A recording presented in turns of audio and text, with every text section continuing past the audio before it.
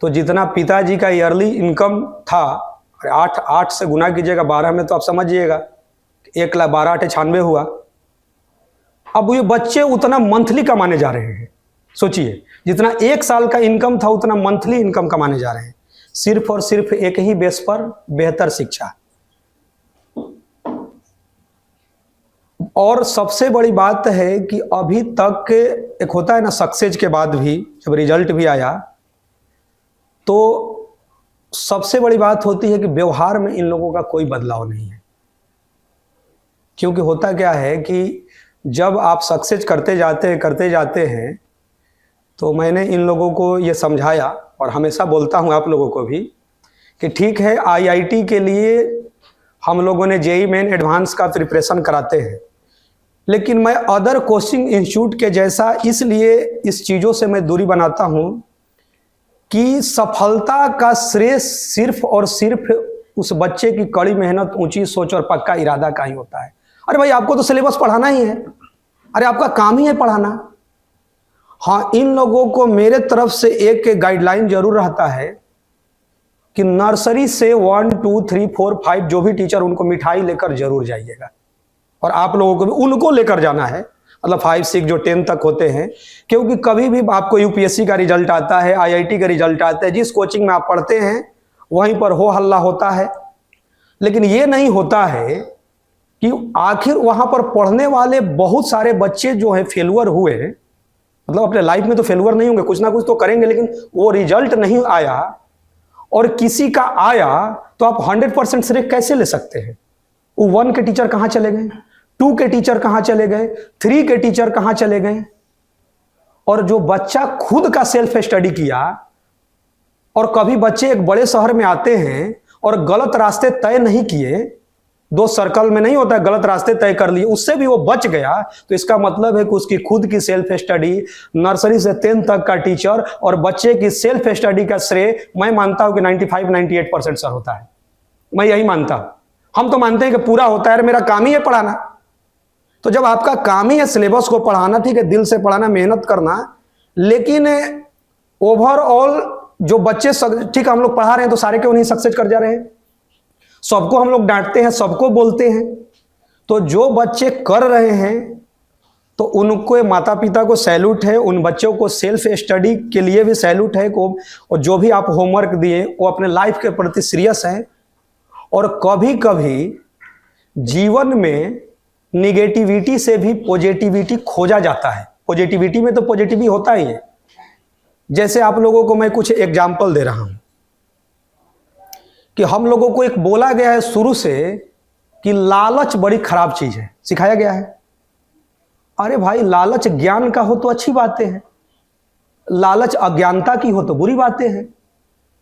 लालच मेहनत से पैसा कमाने का हो तो अच्छी बातें हैं, लालच बिना मेहनत के गलत तरीके से पैसा कमाने का हो तो बुरी बातें हैं। तो आप तो उस शब्द जो है, उसी तरह से क्या होता है, किसी बच्चे का क्या होता है, यार ये चीज समझ नहीं आ रहा है। अरे तो समझ क्यों नहीं आ रहा है? उसके उल्टा सोचो कि सेम टीचर हैं तो उसी में से 99% बच्चे उस कॉन्सेप्ट को सीख गए, टेस्ट में स्कोर करने लगे, तो हम ही इस पृथ्वी पर अजूबा हैं, कम नहीं सीख पा रहे हैं। क्योंकि आपको खुद पॉजिटिव होना पड़ेगा। दूसरी चीज है उन्हीं बच्चों के लिए, चिंता मत कीजिए भाई, चिंतन कीजिएगा तो नया रास्ता निकल जाएगा। चिंता कर रहे हैं, मेंटली भी आप परेशान होंगे, स्वास्थ्य से भी परेशान होंगे, तो उससे अच्छा है कि चिंतन कीजिए कि वो बच्चे कैसे कर ले रहे हैं। टीचर तो सेम है, वर्क कर रहे हैं, उसका सेल्फ स्टडी का प्रक्रिया क्या है, नया रास्ता आपको निकल जाएगा। इसीलिए जैसे कैसे बोला जाता, क्रोध बड़ी बुरी चीज है। क्यों बुरी चीज है भाई? क्यों बुरी चीज है क्रोध? बहुत सारे ऐसे माता पिता को आप देखे होंगे कि उनका बच्चा गलत रास्ते पर चलते हैं, डांट फटकार लगता है, वो पढ़ने लगते हैं। इसका मतलब कहीं पर क्रोध अच्छी चीज है, कहां पर है ये जानना जरूरी है। लोग बोला जाता है घमंड बुरी चीज है। क्यों बुरी चीज है घमंड जी?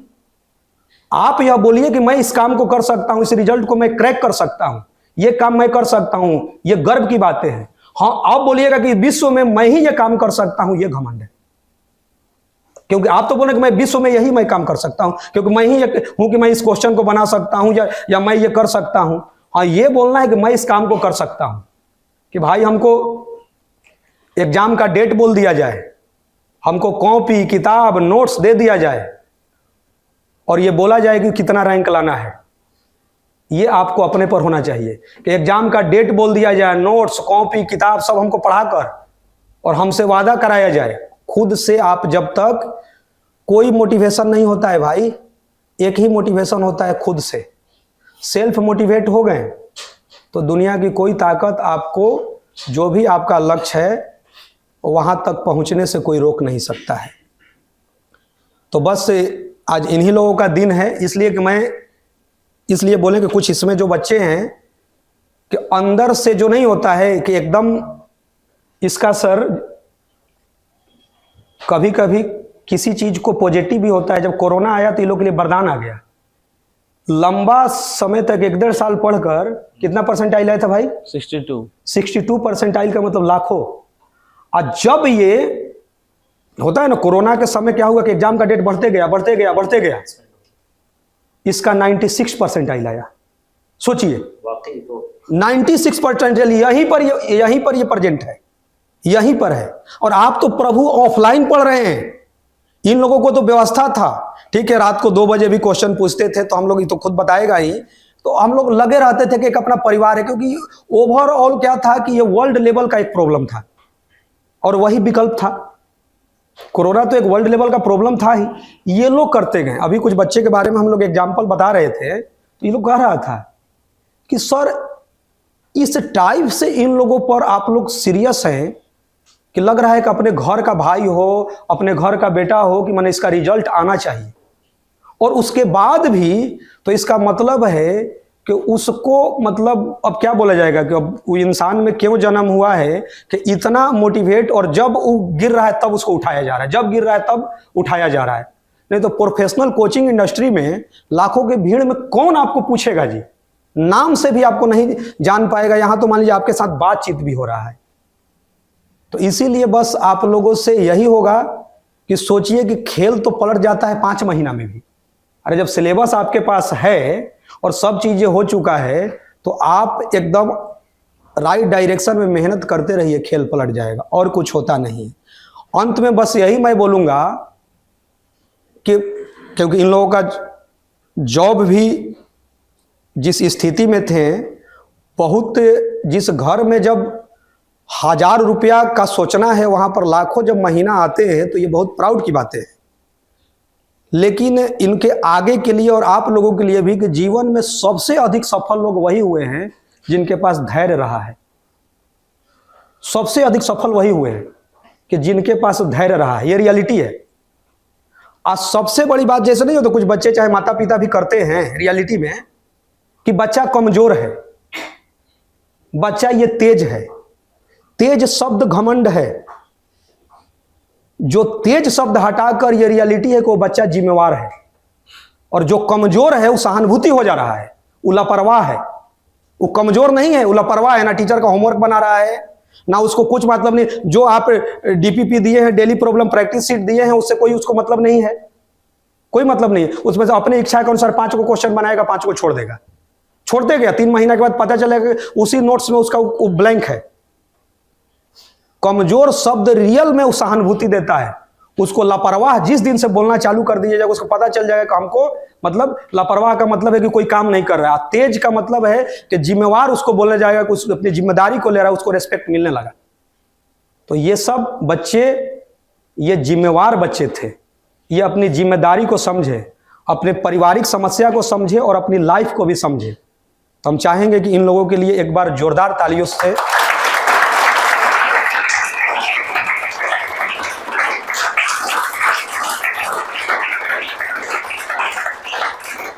चलिए आशुतोष, तुम इन लोगों को बताओ क्या बताओगे, और फिर आदित्य। सबसे पहले तो अवसर फैमिली को मेरा बहुत धन्यवाद, और पूजनीय दादाजी श्री आर के सिन्हा सर और आर के श्रीवास्तव सर, दीपक सर, विवेक सर, जो भी यहाँ पे अवसर के मैनेजमेंट है, जो भी, उन सबको मेरा धन्यवाद। क्योंकि उन्हीं लोगों के कारण आज मैं यहाँ पे हूँ कि आज जॉब है मेरे पास, तो खुशी तो हो रहा है। तो 12th के बच्चे तो मुझे जानते होंगे सब लोग, 11th वाले को नया लग रहे होंगे हम। मैं मोकामा का रहने वाला हूँ। 2018 में मैंने अपना 10th दिया था। उसके बाद मैं पटना आया तो इंडिविजुअल कोचिंग ज्वाइन किया था। ऐसे ही जो 5-6 हज़ार लेके पढ़ाते हैं वैसे। तो 1-2 महीना वहाँ पढ़ा, लेकिन मुझे लग रहा था कि अब उससे IIT या NIT कुछ नहीं हो पाएगा, क्योंकि बच्चे को फील खुद से हो जाता है कि हम कहाँ पे हैं। लेकिन फिर और मुझे अवसर के बारे में पता चला, और फिर अवसर का हम टेस्ट दिए, वहाँ मेरा सिलेक्शन हुआ। फिर यहाँ आए तो ये उस टाइम नया नया खुला था, मतलब फर्स्ट बैच हम उसके। तो ऐसे ही करते करते 1-1.5 साल पढ़े वहाँ पे। अवसर में मुझे सब कुछ मिला, रहना खाना जैसे तुम लोग को मिल रहा है अभी, वैसे हम लोग को सब कुछ मिला। फिर 1.5 साल बाद लॉकडाउन हो गया, तो वहाँ पे कम्प्लीटली पढ़ाई ठप कर गया एकदम। जब लगा कि अब तो होगा ही नहीं, मतलब एग्जाम ही, पढ़ना ही बंद हो गया। कुछ समझ नहीं आ रहा था, बस जितना लेक्चर्स हम लोग किए थे ऑफलाइन में उसी को रिवीजन कर रहे थे, पर सिलेबस बहुत छूटा हुआ था। और जनवरी का मेंस हम दे चुके थे, क्योंकि कहीं ना कहीं मेहनत तो हम किए थे, लेकिन कहीं ना कहीं राइट डायरेक्शन में नहीं किए थे, और प्रॉपर जो एक क्वालिटी ऑफ टीचिंग होता है वो हमको नहीं मिला था। तो इसी कारण से मेरा रिजल्ट जनवरी में बहुत ख़राब है, 62% आया था। और सबको उम्मीद था कि हम अच्छा करेंगे, लेकिन नहीं कर पाए। हम भी बहुत निराश है अपने रिजल्ट से कि इतना मेहनत किए लेकिन कुछ नहीं हुआ। फिर ऑनलाइन हुआ तो अब टाइम भी बढ़ गया, तो बहुत खुशी हुआ कि चलो टाइम मिल गया।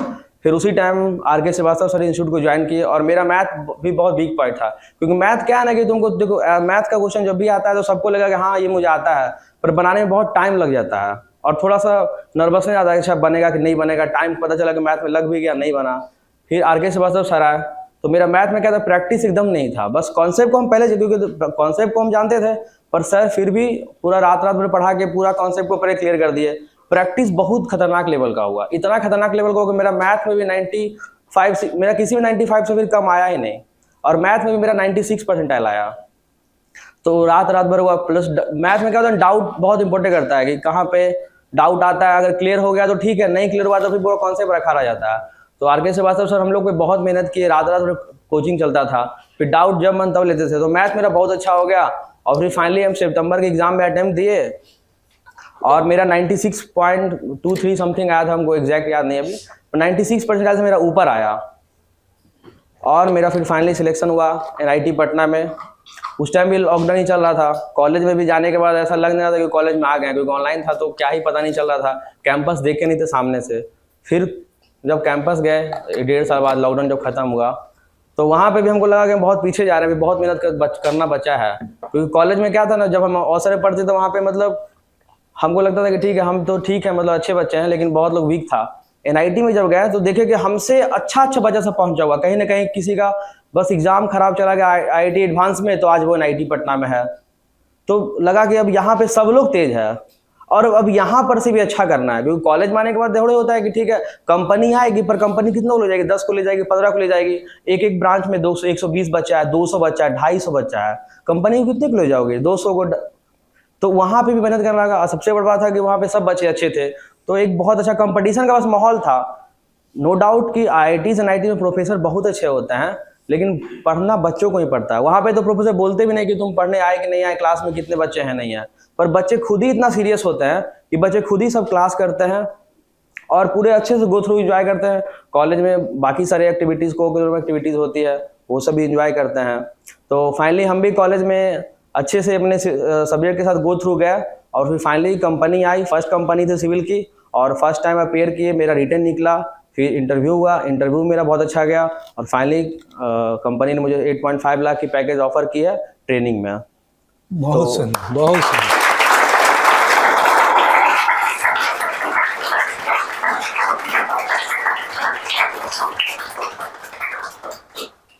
नहीं पढ़ने वाले बच्चों को क्या बोलोगे?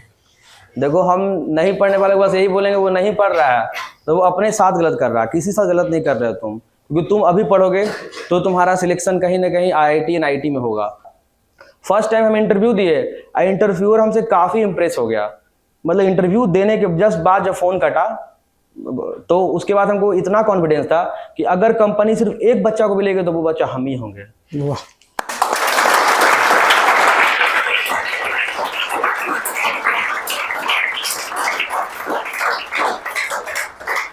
तो इसलिए जो भी है, जो नहीं पढ़ रहा है, वो इतना पढ़ लो, इतना मेहनत कर लो कि तुमको लगे कि अब IIT बॉम्बे में मेरा ही सिलेक्शन होगा, ऐसा एटीट्यूड रखो।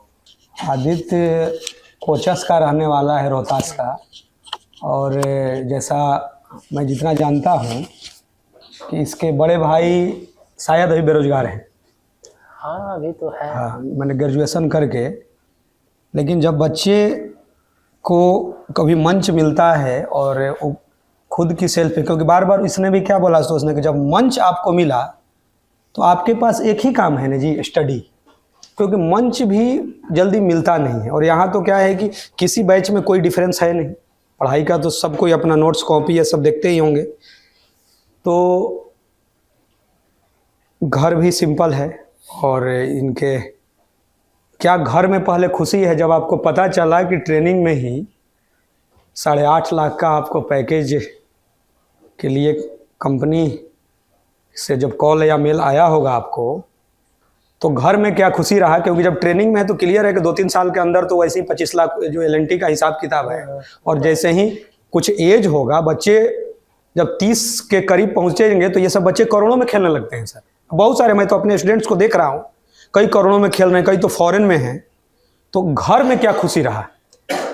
जैसे दशहरा में हम घर गए थे तो उसी टाइम दशहरा के जस्ट अगले दिन मेरा रिजल्ट आया था। तो सुबह का एकदम समय था और हम लोग ऐसे ही बाज़ार में घूम फिर कर शाम में आए हैं तो मेल आया, हम लोग देखें अपना नाम। तो उस टाइम घर से हम बाहर थे, ऐसे आदमी टहलने के लिए जाता है, आया तो अपने मतलब विश्वास नहीं हुआ कि हम हैं, प्लेसमेंट हो गया। पहले तो ये आश्चर्य होता है कि जॉब लग गया, ये बहुत बड़ी खुशी होती है। तो आदमी 2-3 बार अपना पहले मेल देखा कि भाई हम ही हैं ना, नाम देखा, स्पेलिंग मिलाया। तो ये मेरे साथ हुआ। इसके बाद गया घर पर, तो पापा नहीं थे, गए थे खेत पर, पटान चल रहा था। तो मम्मी थी, दीदी थी, तो बताए, तो एक अलग ही खुशी होता है उस टाइम। तो थोड़ा आंखों से आंसू भी आ जाता है। तो हमारी माता श्री की आंखों से थोड़ा सा आंसू आया, खुशी का आंसू था, क्योंकि आपके घर में जब 10,000 मंथली ना आता हो और अचानक से लगे कि हाँ हमारा बेटा अच्छे लेवल पर जहाँ लाख रुपया महीना आए, तो एक अलग ही खुशी होता है। तो फिर पापा है तो उनको बताएं। अगर जीवन में ही होता है कि खुश रहेंगे अंदर से, लेकिन आपको जताएंगे नहीं कि हाँ इतना आपके लिए बहुत बड़ा सक्सेस नहीं है। या आप मतलब जैसे सर हमको बता रहे थे एक बार, सर बता रहे थे कि आप देखिएगा कभी सक्सेस कीजिएगा तो आप लोग के पिताश्री जो भी होंगे, मतलब आपको नहीं बताएंगे कि हाँ मेरा बेटा वाह वाह, ये सब नहीं करेंगे। बोलेंगे कि हाँ ठीक है, मन से पढ़ाई करो आप और अच्छा करो। हाँ, तो ये था मेरे साथ।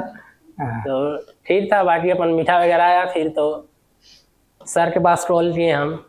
उस टाइम तो रात हो गया था, तो हम फिर सो गए, क्योंकि गांव में हम लोग सो जाते हैं।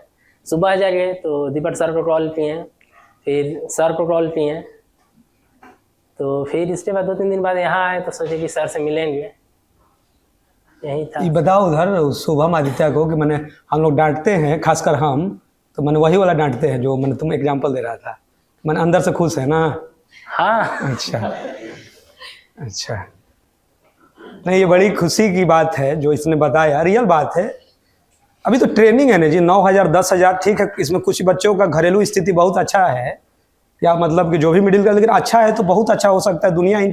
दुनिया का दायरा आप समझ सकते हैं, क्योंकि खुद का नाम, शोहरत, इज्जत, प्रतिष्ठा खुद का कमाया हुआ जो होता है ना, उस पर पिता तो गर्व करेंगे ही, माता जी गर्व करेंगे ही, लेकिन आपको भी लगेगा कि मैंने अपनी पहचान बनाया है। तो बस यही आप लोगों से इन लोगों का मिलवाने का उद्देश्य यही था कि जिस बैकग्राउंड से ये बच्चे हैं, और समय बीतते देर नहीं लगा, 3-4 साल बीतते देर लगता है। आपका भी, अरे आप पढ़ रहे थे ना, पेपर दीजिएगा, 24 का तो पेपर दीजिएगा, समय बीतते देर नहीं लगेगा। और शायद अगले साल ना जी 24 में इसका भाई IIT रुड़की में है, उसका भी होगा। तो आप लोग तो मिले ही थे, आएगा। और एक बात इन लोगों को मैं ज़रूर कहूँगा कि आगे पढ़ाई जारी रखना है, आगे पढ़ाई जारी रखना है। ठीक है, आप लाखों कमाइए, अच्छा भी लगा कि आप गेट के प्रिपरेशन में भी लगे हैं, अच्छा करने जा रहे हैं। मतलब पढ़ाई का अंत नहीं। कभी अब लगेगा कि नहीं भाई मेरा अब लाइफ बहुत सेट हो गया, तो दूसरे तरीका का पढ़ाई करना है। बहुत सारे अच्छे लोग जो जीवन में सक्सेस हुए हैं, चाहे बहुत सारे नोबेल्स है, चाहे वो विवेकानंद जी का हो, चाहे किसी का हो, मतलब जीवन में पढ़ना बड़ी जरूरी है। और पढ़ने से ज़्यादा जरूरी है कि पर डे लिखना जरूरी है। माने कुछ भी कीजिएगा, आप जॉब भी कीजिएगा तो एक दिनचर्या में बना लीजिए, कुछ ना कुछ लिखे। या तो अपने बारे में लिखें, अपने जीवन के बारे में लिखें, समाज जो देख रहे हैं। सर, मूवी में दिखाया जा रहा है कि ये गरीब है, बताया जाता है कि मतलब ये गरीबी है। वो बच्चे कभी गरीबी से सर मोटिवेट नहीं होंगे। झुग्गी झोपड़ी में ले जाकर आंख से दिखाना पड़ेगा, आंख से दिखाना पड़ेगा, झुग्गी झोपड़ी में ले जाकर के उसका दर्द क्या होता है। ये मूवी में देखने से और किताब में पढ़ने से ना गरीबी का दर्द पता चलेगा और ना रियलिटी है। आदमी कहता है कि मोटिवेशन से सक्सेस नहीं, आपके बहुत सारे फेलुअर जो है ना, वो आपको जो सिखाएंगे और जो सक्सेस के रास्ते खोलेंगे, उससे बेहतर कुछ नहीं हो सकता है। जब पिताजी की नौकरी चली गई और उसी समय बच्चे का पेपर है कुछ महीना के बाद, और घर में आर्थिक स्थिति गड़बड़ है, तो मानसिक रूप से जिस एज में बच्चे 3 साल 4 साल का तो नहीं है बच्चा 12th में है, तो क्या घरेलू प्रॉब्लम को, घर का मान लीजिए कि जो बड़े हैं तो घरेलू प्रॉब्लम नहीं समझ में आ रहा है। घरेलू प्रॉब्लम के समय माइंड डिस्टर्ब हो जाते हैं। आप तो यहाँ है जी, अपने अपने हॉस्टल में आप लोग हैं, घरेलू प्रॉब्लम तो आपको पता नहीं है। उस पेन को भी सहा है लोग और उसके बाद भी पढ़ाई जारी रखा है। ये जीवन है, ये जीवन एक चक्र है, ऐसे ही चलते रहता है, ये चक्र है। इससे अधिक परेशान नहीं होना है। जीवन में जो वही बात बोले वही फिर से अंतिम बोल रहे हैं, जिसके पास बहुत अधिक धैर्य है, जिसके पास पेशेंस है, वही जीवन में सफल हुआ है। जब जब आपके लाइफ में लगे कि उतार चढ़ाव चल रहे हैं, उस समय ऐसे तो जीवन में हमेशा ही एकदम शांत रह जाइए और अपने काम पर लगे रहिए। तो हम चाहेंगे कि एक बार खड़े होकर इन लोगों के लिए जोरदार ताली आप लोग बजा दीजिए।